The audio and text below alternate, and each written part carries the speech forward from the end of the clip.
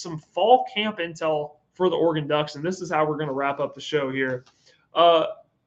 Again, as I talked about in the PK poll, having them at number 3, they have one of the most talented rosters in the country, and that's reflected in my ranking. Some question marks, though, for Oregon. They're replacing both coordinators. Will Stein, former offensive coordinator, now the head coach at Kentucky.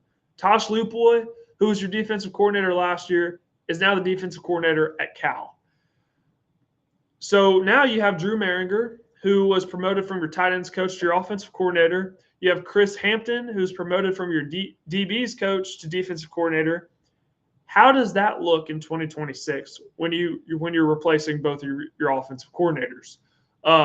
With Dante Moore, who we just talked about, how does he perform in the big games? How does he perform when the spotlight is on and the lights are the brightest? What I'm hearing a lot of buzz about in Eugene is the running back room between Jordan Davidson and De'Aaron Hill. Both of these guys were freshmen last year. They combined for over 1,300 yards and 20 touchdowns. Hill, with De'Aaron Hill, he's primarily a speed threat, but what their running backs coach has talked about, and Rashad Samples, he's talked about how De'Aaron Hill's progression this offseason has been so significant that he'll basically be unrecognizable this year. So I'm excited to see what that looks like. Again, that running game last year was not necessarily a surprise at how good it was, but the fact that output was coming from 2 freshmen was very, very impressive. The wide receiver room, obviously one of the more stacked in the country, with DeCorian Moore, who's a 5-star coming out of high school, Jeremiah McClellan, who was one of the top 3 targets for this team last year, and Evan Stewart, who missed all of last year with an injury. Some of you may recognize that name. He was at Texas A&M before Oregon, another one of these former 5-star guys. But Jalen Lott is another 5-star, true freshman, by the way, out of high school in Texas.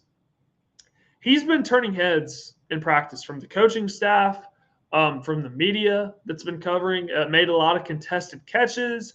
He could have a pretty significant role for the offense this year. So the wide receiver room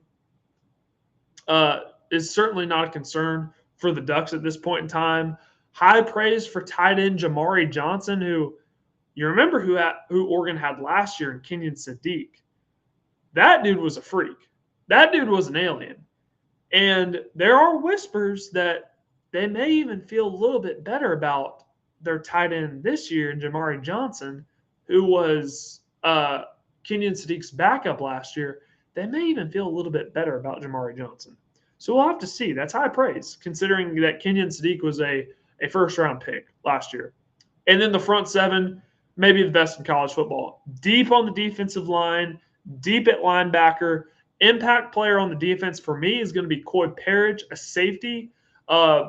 Best safety coming out of the transfer portal.